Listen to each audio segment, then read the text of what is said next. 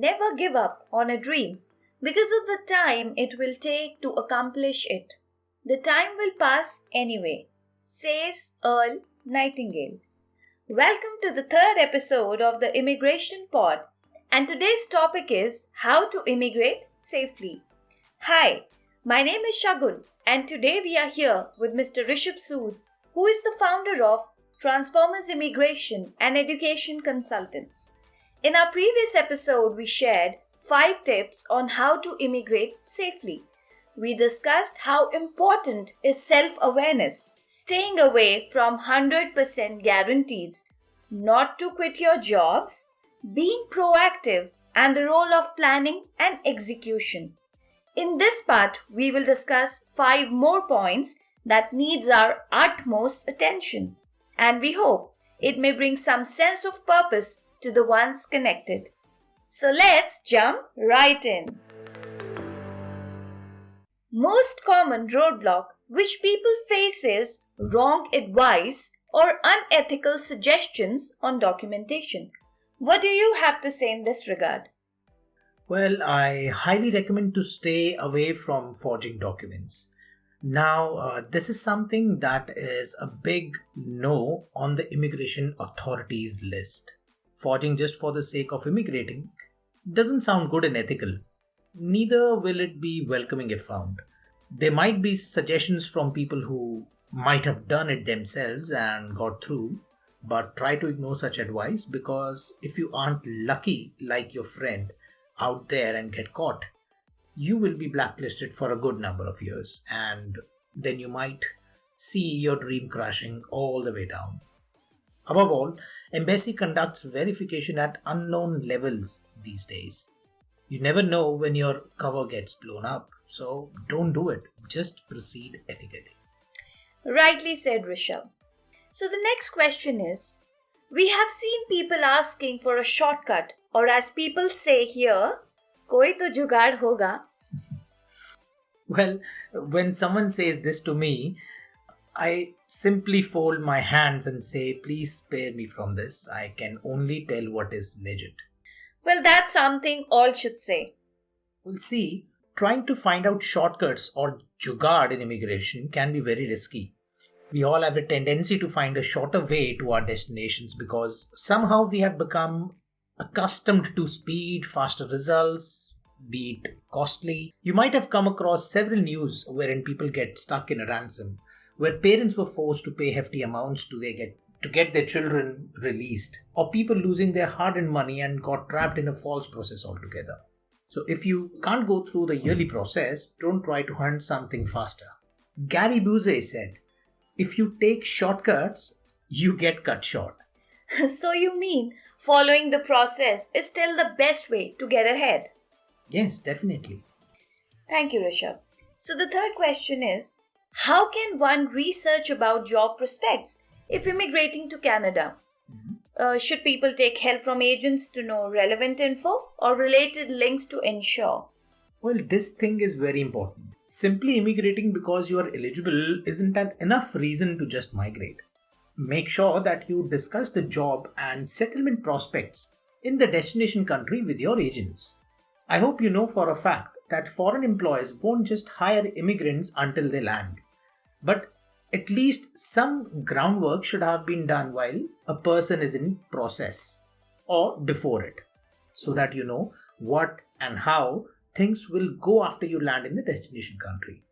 Research on the wages, job vacancies, try to network, find out some good references if possible, find out the cost of living in the destination city where you plan to settle, dig out on the transportation costs, check the government websites of that city or that country, find out any government aid and services being offered.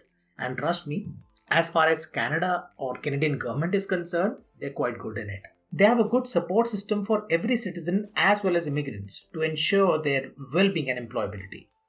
Work on skills that might be most required for you to be on a top priority list of the employers in your sector. I personally do this with my clients and help them bridge this gap by giving them career planning sessions on the job market requirements. That was quite enlightening, Rishabh. Coming on to our fourth question. We have come across many people saying they will migrate with their friends or people wait for others to make decisions for them. Do you think this thing works? I personally believe that we shouldn't copy others at all. A small statement with a big meaning would be, don't copy others at all. Decide for yourself. Be clear why you want to migrate. Never depend on anyone else to tell you when you should do it. Who knows whether the one guiding you has really good intentions for you or not? I've seen people who won't migrate themselves and neither would let the other person do it by giving any XYZ reasons for it. And some people just don't use their minds and agree to it, which is the saddest case for many people, I believe. We have recently made an episode on the reality check. I would suggest my listeners to go and listen to it. Immigration means different for different people. Find your own cause and take your own stand on it. Our last question for this session is, since financial form an important part of immigration, what tips would you give to our audience in terms of financial planning and how imperative is it? Well, financials form the basis of any activity. You obviously have fees to pay to the consultants, to the embassy, and even funds are required depending on the family size.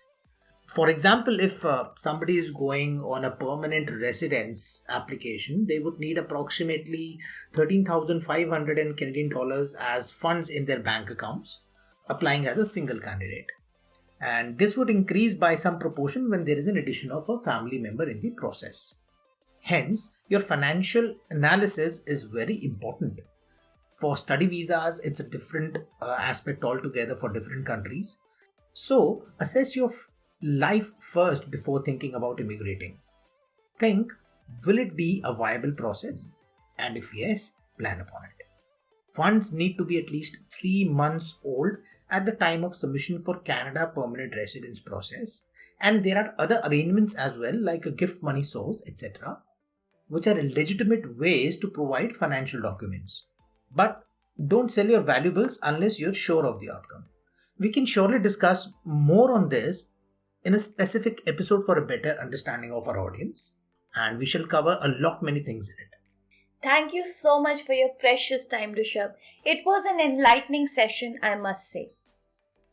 So these were some useful tips and advice, and I really thank you for sharing your expert opinion on the same. We hope they will definitely help our listeners to make a conscious decision about their process. If anyone has any question, one can always leave an audio message on this podcast and shall surely get a revert to it. Well, we have now reached to the end of this episode, and with this, I would like to say a quote. Don't hesitate during the process. Be patient as process takes its own time.